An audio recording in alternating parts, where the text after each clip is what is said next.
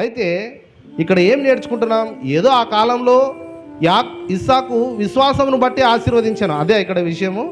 ఆ రచయిత ఏం నేర్పించాలనుకుంటున్నాడు? బైబిల్ మనకి ఏం గుర్తు చేయాలనుకుంటుంది? ఏదో ఆ కాలంలో యాకోబును ఆశీర్వదించాడు అనేది కాదు, తన పిల్లల మీద ఆశీర్వాదం పలికితే అది జరుగుతుంది అనేటువంటిది మనం నేర్చుకోవాలి. మనం ఏంటి, విశ్వాసమును బట్టి మన పిల్లల మీద ఏదైతే పలుకుతామో అదే వారి జీవితంలో జరుగుతుంది. హెబ్రీయులకు రాసిన పత్రిక 11వ అధ్యాయం 20వ వచనం చదువుదాం.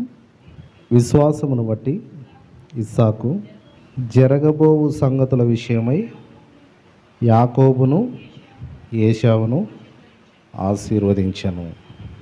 మీ అందరికీ తెలిసిన విధంగానే హెబ్రీయులకు రాసిన పత్రిక 11వ అధ్యాయాన్ని మనం చూస్తూ వచ్చాము. అబ్రహాం గురించి మనం ముగించుకున్నాం.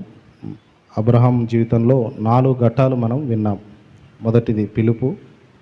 అబ్రహాం జీవితంలో ఈ 4 ఘట్టాల గుండా అబ్రహాం ఎలాగైతే వెళ్ళాడో అలాగే మన జీవితంలో ఈ 4 ఘట్టాల గుండా మనం వెళ్తుంటాం. అబ్రహాము జీవితంలో మొదటి ఘట్టం ఏంటంటే పిలుపు. ఆ పిలుపును మనం కూడా కలిగి ఉన్నాం. దేవుడు మనల్ని పిలిచాడు, విశ్వాస జీవితంలో ప్రవేశించాం.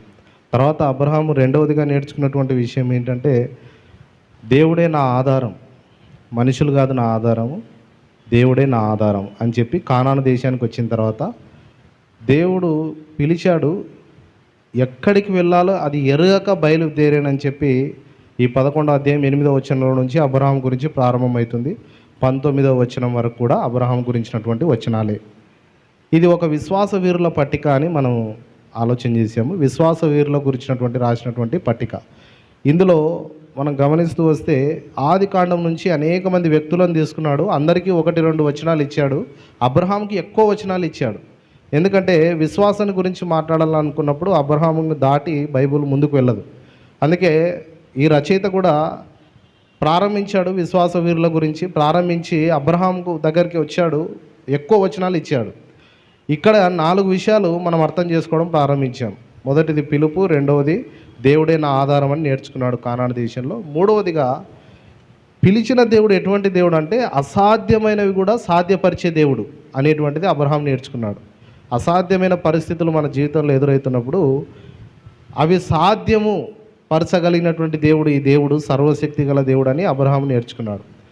4వ ఘట్టం ఏంటంటే ఇది విశ్వాసం యొక్క శిఖరం. అదేంటంటే నీ ఒక్కగానొక కుమారుని బలిగా అర్పించంటే అది ఆది కాండం 22వ అధ్యాయంలో ఆ విషయం ఉంది. దాన్నే ఎత్తి ఇక్కడ ఈ రచయిత మనకు చూపిస్తూ ఉన్నాడు. నీ ఒక్కగానొక కుమారుని బలిగా అర్పించమంటే మారు మాట మాట్లాడకుండా తెల్లవారంగానే లేచి గాడిదకు గంత కట్టి పనివారిని వెంట పెట్టుకొని దేవుడు చూపిస్తున్నటువంటి ఆ స్థలం ఎంత దూరం ఉందంటే 3 దినాలంత ప్రయాణ దూరం ఉంది.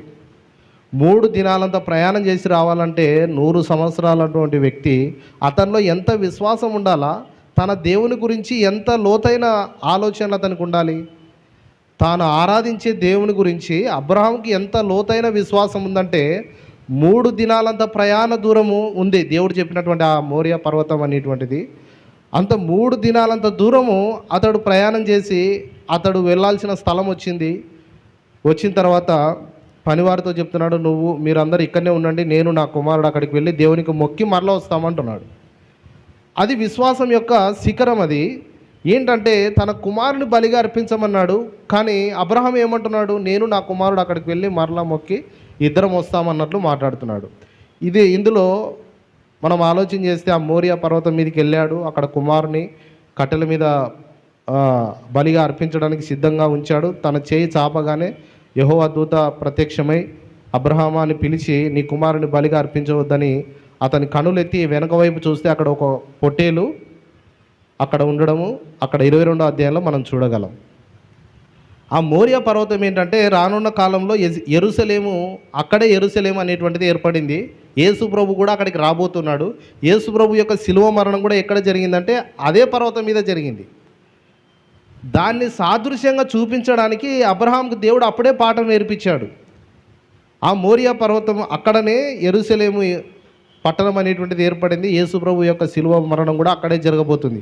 అందుకే అబ్రహాంకు దేవుడు ఏం సువార్త చెప్పాడంటే అక్కడ నీ కుమారుని నా కొరకు ఏం బలిగా అర్పించొద్దు, నా కుమారుని ఒక దినాన నీ కొరకు ఇవ్వబోతున్నాను, అని చెప్పి అక్కడ పొట్టేలు తన కుమారునికి మారుగా బలిగా అర్పించడం జరిగింది. ఇదే విశ్వాసం యొక్క శిఖరం.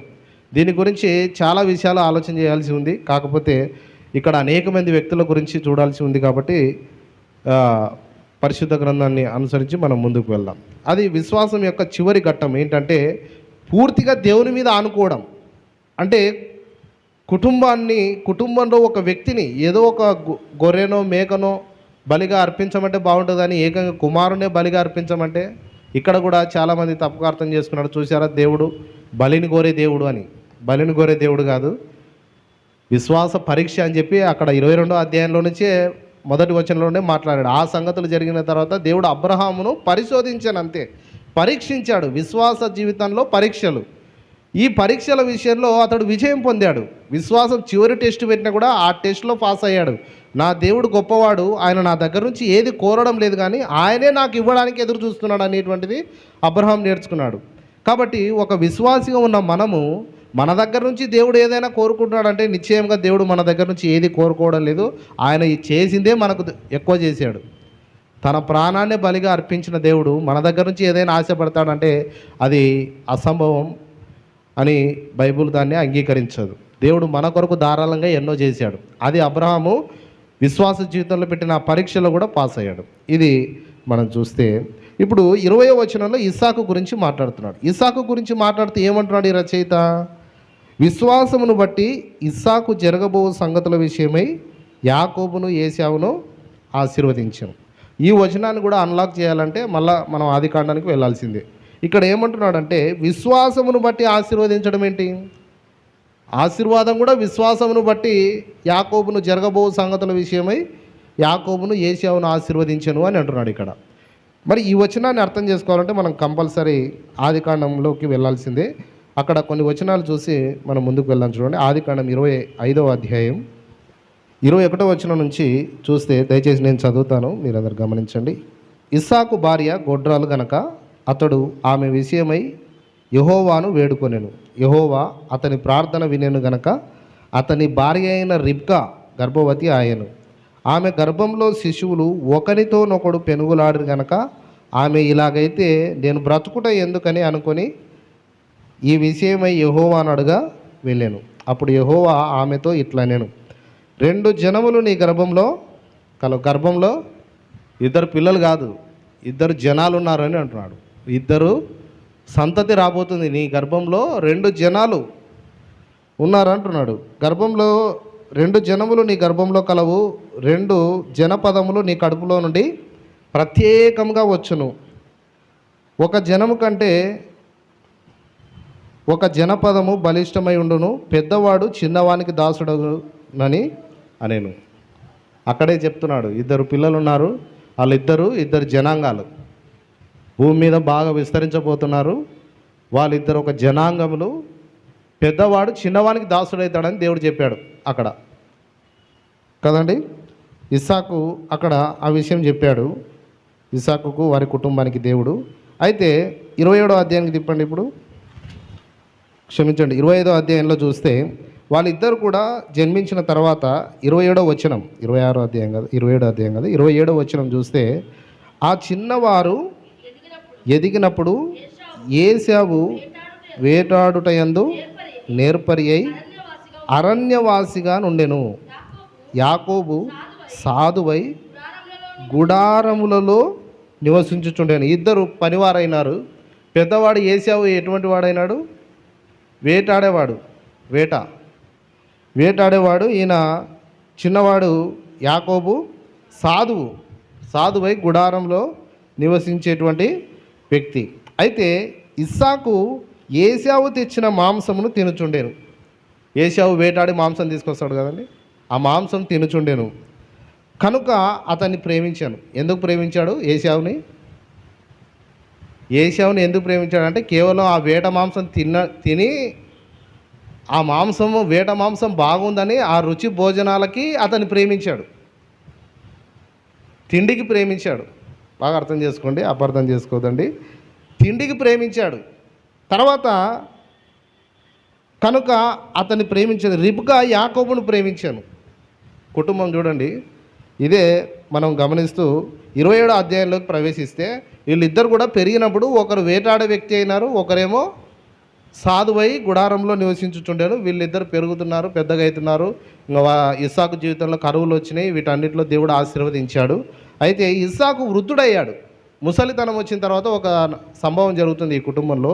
ఒకసారి చూడండి 27వ అధ్యాయం 1వ వచనం నుంచి చూస్తే, ఇస్సాకు వృద్ధుడై అతని కనులకు మందదృష్టి కలిగినప్పుడు అతడు తన పెద్ద కుమారుడైన ఏశావుతో, నా కుమారుడా అని అతని పిలువగా అతడు చిత్తము నాయన అని అతనితో అనెను. అప్పుడు ఇస్సాకు, ఇదిగో నేను వృద్ధుడను, నా మరణ దినము నాకు తెలియదు, కాబట్టి నీవు దయచేసి నీ ఆయుధములు అయిన నీ అంబుల పొదిని నీ విల్లును తీసుకొని అడవికి పోయి నా కొరకు వేటాడి మాంసము తెమ్ము. నేను చావక మునుపు నేను నిన్ను ఆశీర్వదించినట్లు నాకు ఇష్టమైన రుచిగల భోజ్యములను సిద్ధపరిచి నేను తినుటకై నా యొద్దకు తెమ్మని చెప్పాను. చనిపోయే పరిస్థితి వచ్చింది. నేను ఎప్పుడు చనిపోతానో తెలియదు. వయసు దగ్గరైంది, వయసు మీద పడింది. వయసు మీద పడిన తర్వాత ఆయన కోరిక ఏంటంటే ఒక మంచి వేట మాంసం తిందామని. ఏమో ఏశావు వేటాడి తెచ్చిన మాంసం అంత రుచిగా ఉందేమో తెలియదు. చనిపోయే పరిస్థితి వచ్చినా కూడా మళ్ళీ వేట మాంసం తేమంటున్నాడు. వేట మాంసం తీసుకురా, దాన్ని తిని నేను నిన్ను ఆశీర్వదిస్తానని అంటున్నాడు. కానీ 25వ అధ్యాయంలో దేవుడు ఏమన్నాడు? చిన్నవాడిని ఆశీర్వదిస్తాను, చిన్నవానికి పెద్దోడు దాసుడు అవుతాడు అన్నాడు. ఇప్పుడు ఎట్లా పని? నేను పెద్దవాడిని ఆశీర్వదించాలనుకుంటున్నాను. ఈయన భోజనానికి ఆశపడి, ఆయన వేట మాంసాన్ని ఇష్టపడి దేవుని మాట మర్చిపోయినాడు. కనీసం ప్రార్థన చేయాలి కదా, దేవా చిన్నవాడిని ఆశీర్వదించాలనుకుంటున్నాను, నాకేమో పెద్దోడు ఇష్టం, పోనీ దయచేసి ఇద్దరిని ఆశీర్వదించు అని ఏదో ఒక ప్రార్థన చేసి ఒక చిత్తానికి రావాలి. కానీ అట్లా ఆలోచన చేయలే. ఆలోచన చేయకుండా పెద్ద కొడుకుని పిలిచినాడు. ఎందుకంటే పెద్ద కొడుకు అంటే ఎక్కువ ప్రేమ. కొంతమంది కుటుంబాల్లో కూడా ఇదే కనపడుతుంటుంది. తల్లి ఒకరిని ప్రేమిస్తుంటుంది, తండ్రి ఒకరిని ప్రేమిస్తుంటారు. ఏం ఆ రోజుకి ఈ రోజుకి ఏం పెద్ద వ్యత్యాసం లేదు. అందుకే కుటుంబంలో ఏం జరుగుతుందో అదే బయట జరుగుతుంది అనేది. కుటుంబంలో ఏదైతే జరుగుతుందో అదే బయట జరుగుతుంది. కాబట్టి ఆయన ఏం చేశాడంటే పెద్ద కొడుకుని ప్రేమించాడు, చిన్న కుమారుని తల్లి ప్రేమించింది. పెద్ద కొడుకుతో ఈ మాటలన్నీ మాట్లాడుతుంటే ఆమె తలుపు చాట నుండి వినింది. ఎవరు? పెద్ద ఆమె విని, ఓహో అట్లా చేస్తావా, పెద్ద కుమారుని ఆశీర్వదిస్తావా, తట్టుకో అని చెప్పి చిన్న కుమారుని పిలిచి, మీ నాయన ఇట్లా పెద్ద కొడుకుని ముసలోడు అయినాడు కానీ ఇంకా తెలివి రాలే ఈయనకి, దేవుడు చెప్పినాడు ఆ మాట మర్చిపోవచ్చు అట్లా అనుకుంటుంది మనసులో. చిన్న కొడుకుని కదా ఆశీర్వదించాల్సింది. పెద్ద కొడుకు అంటే ఆ కాలంలో, ఈ కాలంలో లేదు కానీ ఆ కాలంలో పెద్ద కొడుకు అంటే కొన్ని పూర్వోత్తరాలు బుక్స్ చదివినప్పుడు ఆ కాలంలో పెద్ద కుమారుడికి డబల్ ఆస్తి అంట. తండ్రికి ఉన్న ఆస్తిలో డబల్ ఆస్తి పెద్ద కుమారుడికి, రెండింతల ఆస్తి. ఉన్న దాంట్లో సగం చేస్తే దాంట్లో రెండంతలు పెద్ద కుమారునికి. జ్యేష్ఠత్వానికి ఉన్నటువంటి విలువ ఏంటంటే అదే. ఆ జ్యేష్ఠత్వాన్ని కూడా ఎప్పుడో దొంగలించేశాడు యాకోబు. ఎట్లా దొంగలించాడంటే, ఈయన వేటాడనికి పోయి ఆకలి కొంటాడు. అదే 25వ అధ్యాయం చివరిలో మీరు చదివితే, వేటాడనికి పోయి ఏమీ దొరకలే ఆ రోజు. వేట దొరకకపోతే ఆకలి కొని ఇంటికి వస్తాడు. యాకోబు అప్పుడే ఎర్రని గడ్డల కూర వండుతుంటాడు. కూర వండుతుంటే ఈయన కూడా వచ్చి, నాకు కొంచెం ఆ కూర పెట్టి ఆకలి అవుతుంది అంటే, నీ జ్యేష్ఠత్వాన్ని నాకు ఇస్తే అప్పుడు నేను కూర నీకు కూర వేస్తాను అంటాడు. ఈయన కూడా కూరకు అమ్ముడపోయినాడు. నా జ్యేష్ఠత్వం వద్దు, ఏమొద్దు, నాకు కూర పెట్టు, అన్నం పెట్టు, నేను బతికితే చాలని చెప్పి ఈయన తండ్రి వేట మాంసాన్ని ఇష్టపడినాడు. ఈయన కర్రీ మాంసానికి జ్యేష్ఠత్వాన్ని ఇచ్చేసాడు. ఇప్పుడు రెండవదిగా ఏం జరుగుతుందంటే, తల్లి ఏం చేసిందంటే, నువ్వు ఇక్కడ రా, నేను ఒక పని చెప్తా, ఆ పని చేయని చెప్పి, ఇది ఒక విచిత్రమైన కుటుంబంగా కనపడుతుంది. మీరు నిదానించి చదివితే కుటుంబంలో సమన్వయత లేదు. వీరి కుటుంబంలో ఎట్లుందంటే, పెద్ద తండ్రి ఏమో పెద్ద కుమారుని ప్రేమిస్తున్నాడు, తల్లి ఏమో చిన్న కుమారుని ప్రేమిస్తుంది. ఇప్పుడు ఆయనకు మంద దృష్టి ఉంది. ఆయనను మోసపుచ్చి, మీ అన్నకు రావాల్సిన ఆశీర్వాదాలని నువ్వు తీసుకోపోయి, నేను చెప్పిన మాట అని చెప్పి 2 మేకపిల్లల్ని పట్టుకురాము, నేను మంచి వంట చేసి నీకు ఇస్తాను, మీ అన్న వచ్చేలోపే నువ్వు ఆ కర్రీ మాంసం తీసుకొని పోయి అక్కడ మీ తండ్రి ముందర పెట్టి ఆ ఆశీర్వాదాలని నువ్వు తీసుకపో అని చెప్పి పంపిస్తుంది. ఇక్కడ మనకి ఏమర్థమవుతుందంటే, ఒక ఉదాహరణ చెప్తాను, అది మీరు విన్నారో నాకైతే తెలీదు. కుటుంబంలో సమన్వయత లేకపోవటం ద్వారా జరిగేటువంటి నష్టం ఏంటంటే తర్వాత యాకోబు జీవితం ఏమైందండి? పెన్నె మీద నుంచి పొయ్యిలో వన్నట్లు ఏదో సామెత ఉంది కదా, పెన్నె మీద నుంచి పొయ్యిలో వన్నట్లు కొన్ని ఏళ్ళ తరబడి పారిపోయినాడు ఆ ఇంట్లో నుంచి, ఇంకా లేడు.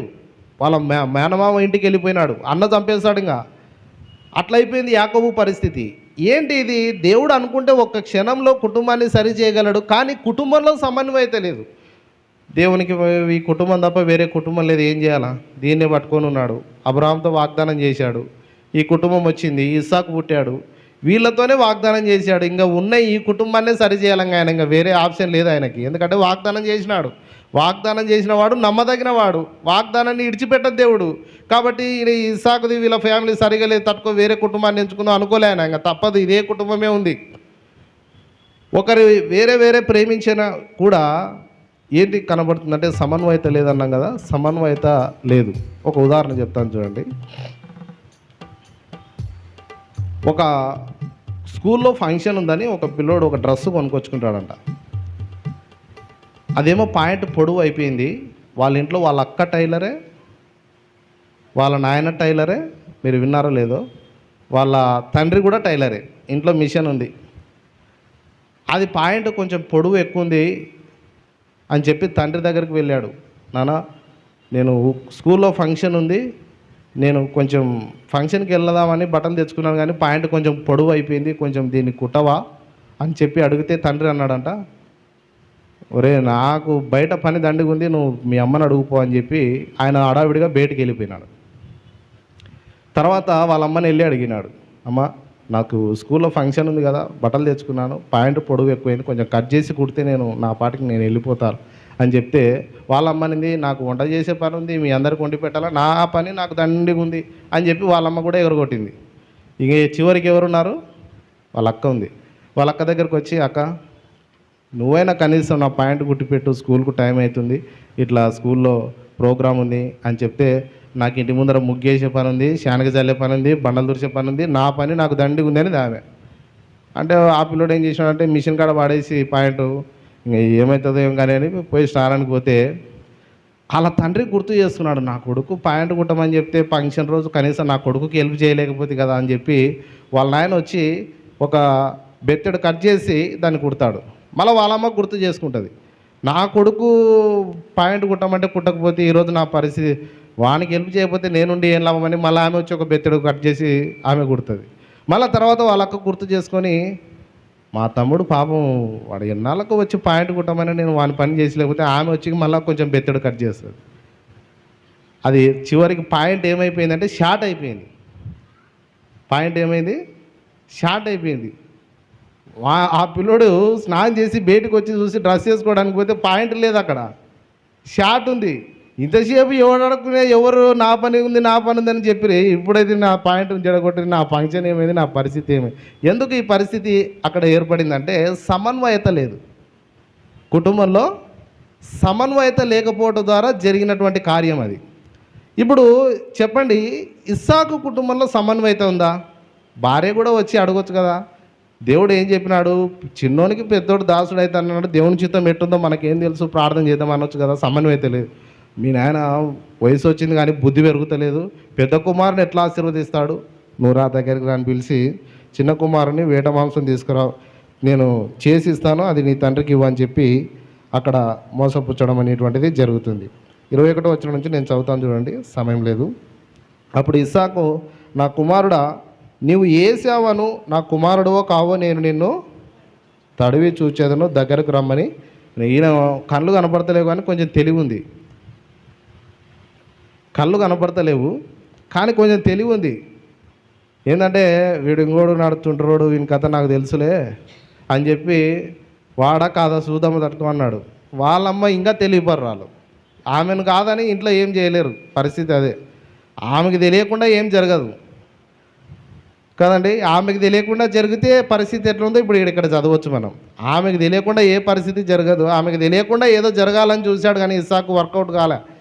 తర్వాత ఈయన మంద దృష్టి ఉంది కానీ తెలివి ఏమైందంటే, వాడు కానీ వచ్చినాడేమో, వాడు మోసగాడు, వాడు కానీ వచ్చింటాడేమో, తట్టుకో చూద్దామని చెప్పి దగ్గర రా, నేను తడిమి చూడాలని, నువ్వు వేసావో కాదంటే దగ్గరికి పిలిచి ఆమె అన్ని ప్రిపరేషన్ చేసి పంపించింది.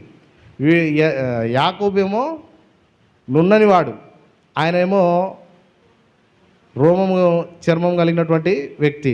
కాబట్టి అది గుర్తు ఈయనకి, అంతే, అంతకు మించి ఏం లేదు. ఆయన వలస అయిపోయింది, అది గుర్తుపడదామని చెప్తే ఈమె అంతా కప్పేసింది, మెడకు చేతులకు అంతా కప్పి అది మొత్తం ఏసావులాగా కనబడితే అట్లా గొర్రె అది మేకతోలు అతనికి చుట్టి పంపించేసింది. ఆయన మొత్తం తడిమి చూసి అది తిని తడిమి చూసి, నువ్వు నా కుమారుడైన ఇస్సాకువే, ఏసావువే అని చెప్పి ఆశీర్వదించడం మొదలుపెట్టాడు. పెద్ద పెద్ద ఆశీర్వాదాలన్నీ మొదలుపెట్టాడు. ఏమేమి మొదలుపెట్టాడు? 28వ వచనం నుంచి చూస్తే 27వ వచనం నుంచి, అతడు దగ్గరకు వచ్చి అతన్ని ముద్దు పెట్టుకొనెను. అప్పుడు అతని వస్త్రములు వాసన చూసి, ఆ వస్త్రములు వాసన చూసి పెద్ద కొడుకే అనుకున్నాడు. ఆ వస్త్రాలు కూడా ఎవరివి? వాళ్ళమ్మ ఏసావుది ఒక జిబ్బ తీసుకొని వేసింది ఈయనకి. కనీసం మీ నాయన కళ్ళు కనపడకపోయినా వస్త్రాల వాసనైనా చూసి గుర్తుపడతాడు, మీ నాయన సంగతి నాకు బాగా తెలుసు అని చెప్పి ఏసావు ఒక అంగి తీసుకొని వేసి పంపించింది. తర్వాత ఆ మెడ అంతా చేతులు పొటేలు మేక చర్మంతో కప్పి పంపించింది. అతడు దగ్గరకు వచ్చి అతన్ని ముద్దు పెట్టుకునేను. అప్పుడు అతని వస్త్రములు వాసన చూచి అతన్ని దీవించి ఇట్లనెను, ఇదిగో నా కుమారుని సువాసన యెహోవా దీవించిన చేని సువాసన వలెనున్నది. ఆకాశపు మంచును భూసారమును విస్తారమైన ధాన్యమును ద్రాక్షరసమును దేవుడు నీకు అనుగ్రహించును గాక. జనములు నీకు దాసులగుదురు, జనములు నీకు సాగిలపడుదురు. నీ బంధువులకు నీవు ఏలికవై ఉండుము. నీ తల్లి పుత్రులు నీకు సాగిలపడుదురు. నిన్ను శపించువారు. ఈ వచనం ఎవరిది? అబ్రహాంతో దేవుడు చెప్పినటువంటి వచనము. అదే ఆశీర్వాదాలు అక్కడ పలుకుతున్నాడు. నిన్ను శపించువారు శపించబడదురు, నిన్ను దీవించువారు దీవించబడదురు గాక. ఇస్సాకు యాకోబును దీవించుట అయిన తర్వాత యాకోబు తన తండ్రి అయిన ఇస్సాకు ఎదుట నుండి బయలుదేరి వెళ్ళిన తక్షణమే తన సహోదరుడైన ఏసావు వేటాడి మాంసం తీసుకుని ఈయన కూడా ఇప్పుడు వచ్చినాడు. ఇప్పుడు వచ్చి ఏమైంది అని అడిగితే, ఇంతవరకు వచ్చింది ఎవరు అని ఈయన గడగడ వణుకుచు అని ఉంటుంది చూడండి. 33వ వచనము. ఇస్సాకు మిక్కటంగా గడగడ వణుకుచు, అట్లయితే వేటాడిన భోజ్యమును నా యొద్దకు తెచ్చిన వారెవరు? నీవు రాకమునుపు నేను వాటన్నిటిని తిని అతన్ని నిజముగా దీవించుదునని అతడు దీవింపబడిన వాడాయను అని అంటున్నాడు. ఇక్కడ ఒక విషయాన్ని చెప్పి ప్రార్థనలోకి వెళ్దాం. ఇస్సాకు మిక్కటంగా గడగడ వణుకుచు లేచాడు. ఇంకా ఒక్కసారి ఆశీర్వదించిన తర్వాత మళ్ళీ దాని వెనక్కి ఆ రోజు నోరు తెరిచి మాట్లాడినారంటే మాట యొక్క విలువ, ఆశీర్వాదం యొక్క విలువ అది. ఈరోజు మనం గడగడ మాట్లాడతాం కాబట్టి మాటకు పెద్ద విలువ లేదు మనకి. ఎందుకంటే పొద్దున్న లేచిన నుంచి నాలుకే పెద్ద ఇంపార్టెంట్ కాదు మనకి, దీవెనలు పెద్ద ఇంపార్టెంట్ కాదు, వాక్యం మాట్లాడడం ఇంపార్టెంట్ కాదు. ఈ రోజుల్లో గమనిస్తే ఆ రోజుల్లో నోరు తెరిచి అదే మాటను హెబ్రీలకు పత్రిక రాసినటువంటి రచయిత అదే అంటున్నాడు. విశ్వాసముతో జరగబోవు సంగతుల విషయమై యాకోబుని ఏసావును ఆశీర్వదించాను. విశ్వాసమును బట్టి ఇస్సాకు ఎట్లా ఆశీర్వదించాడంట? విశ్వాసమును బట్టి. విశ్వాస సంబంధమైన మాటలు జరుగుతాయా జరగవా? ఖచ్చితంగా జరుగుతాయి. ఒక్కసారి ఆశీర్వదించిన తర్వాత అది ఆశీర్వదించినట్లే. వచ్చాడు అన్న, ఇంకా లేవు ఆశీర్వాదాలు లేవు అన్నాడు. మొత్తం తమ్మునికి ఇచ్చేసాను ఆశీర్వాదాలు అని చెప్పి, అరే ఇంతవరకు ఎవరు నా దగ్గర వచ్చి ఆశీర్వాదాలు తీసుకుపోతే గడగడ వణుకుచు అని చెప్పి వణుకుచూ లేచి నిలబడ్డాడు. గడగడ వణికాడంటే ఇక్కడ ఒక సందేహం ఏంటంటే, గడగడ వణుకుచు అంటే తన పెద్ద కుమారుడు ఆశీర్వదించినందుకు నన్ను ఏమైనా అంటాడేమో అనే రీతిలో కాదు వణుకుచు అంటే. తర్వాత దేవుడు నన్ను ఏమైనా చేస్తాడేమని వణుకుచు కాదు. ఫ్యూచర్ అంతా పెద్ద కుమారునికి లేదే అని వణికాడు అంతే. ఫ్యూచర్ ఇంకేం లేదు. ఫ్యూచర్లో ఏమేమి దీవెనలు కలిగి కుమారుడు జీవించాలో ఆ దీవెనలన్నీ యాకోబు మీదనే పలికేశాడు. ఇక పెద్ద కుమారుడికి ఏం లేవు, గడగడ వణికిపోతున్నాడు. పెద్ద కుమారుడు ఇంకా దాసుడు అవ్వాల్సిందేనా, దాసుడుగా బతకాల్సిందేనా అని చెప్పి గడగడ వణుకుచూ వచ్చాడు. వచ్చిన తర్వాత ఇక మీరు చూడండి, ఇక ఏశావుకు యాకోబు మీద పగ పుట్టింది. వాడు దొరికితే చంపాలనుకున్నాడు. ఇంకా తల్లి ఏం చేసిందంటే, నువ్వు నా మాటిని నా బంధువుల యొక్క ఇంటికి, మీ మామ దగ్గరికి, లాబాన్ దగ్గరికి వెళ్ళు, అని చెప్పి లాబాను దగ్గరికి పంపిస్తుంది. కానీ ఇంకా దేవుడు చూశారండి, దేవుడు వాగ్దానం చేసి వదిలిపెట్టలేని దేవుడు. యాకోబు అనే పేరుకే మోసగాడని అర్థం. మోసగాన్ని సైతం వదిలిపెట్టకుండా ఎట్లా దీవించాడు అనేది ముందున్న వచనాల్లో ఆ రచయిత మాట్లాడతాడు. హెబ్రీయులకు రాసిన పత్రిక రచయిత అతని గురించి వచ్చినప్పుడు మనం ఆలోచన చేద్దాం. అయితే ఇక్కడ ఏం నేర్చుకుంటున్నాం? ఏదో ఆ కాలంలో ఇస్సాకు విశ్వాసమును బట్టి ఆశీర్వదించాను, అదే ఇక్కడ విషయము. ఆ కాలంలో అదే మనం నేర్చుకుంటున్నాము. ఆ రచయిత ఏం నేర్పించాలనుకుంటున్నాడు? బైబిల్ మనకి ఏం గుర్తు చేయాలనుకుంటుంది? ఏదో ఆ కాలంలో యాకోబును ఆశీర్వదించాడు అనేది కాదు, తన పిల్లల మీద ఆశీర్వాదం పలికితే అది జరుగుతుంది అనేటువంటిది మనం నేర్చుకోవాలి. మనం ఏంటి, విశ్వాసమును బట్టి మన పిల్లల మీద ఏదైతే పలుకుతామో అదే వారి జీవితంలో జరుగుతుంది. పిల్లల్ని చూసి నువ్వు పెద్ద మొద్దు అనకూడదు. వాడు నిజంగానే పెద్ద మొద్దుగా తయారవుతాడు. ఆ మొద్దుగా ఎట్లా తయారైనాడంటే నువ్వు మొద్దు అన్నందుకే వాడు మొద్దు అయినాడు. నీకు తెలివి ఉంది, జ్ఞానం ఉంది, దేవుడు మనకు సహాయం చేస్తాడని చెప్పి ఆశీర్వాద సంబంధమైన వచనాలు మాట్లాడి ఎంకరేజ్మెంట్ చేసి తక్కువలో కూడా ఎక్కువ మాటలు చెప్పి అతని దీవెనకరంగా పలకాలనే అక్కడ ఆ విషయాన్ని మనకు పరిశుద్ధ గ్రంథం నేర్పిస్తుంది. ఆశీర్వాదమైనటువంటి వచనాలు మాట్లాడాలి కుటుంబంలో. ఎప్పుడు కూడా శాప సంబంధమైన వచనాలు మాట్లాడకూడదు. కుటుంబంలో ఆశీర్వాదమైన మాటలు మాట్లాడితేనే కుటుంబము కట్టబడుతుంది. కాబట్టి ఇది ఇక్కడ మనము విశ్వాసమును బట్టి ఆశీర్వదించెను. ఇస్సాకు విశ్వాసమును బట్టి యాకోబును ఏశావును ఆశీర్వదించానంటే ఆ విశ్వాస సంబంధమైన మాటలు ఫలిస్తాయి అనేటువంటిది మనం గుర్తుంచుకోవాలి. విశ్వాసంతో సమస్యలో ఉన్నప్పుడు సమస్యను మాట్లాడకుండా విశ్వాసాన్ని మాట్లాడాలి. అలా మాట్లాడినప్పుడు అది ఖచ్చితంగా అది జీవితంలో జరుగుతుంది.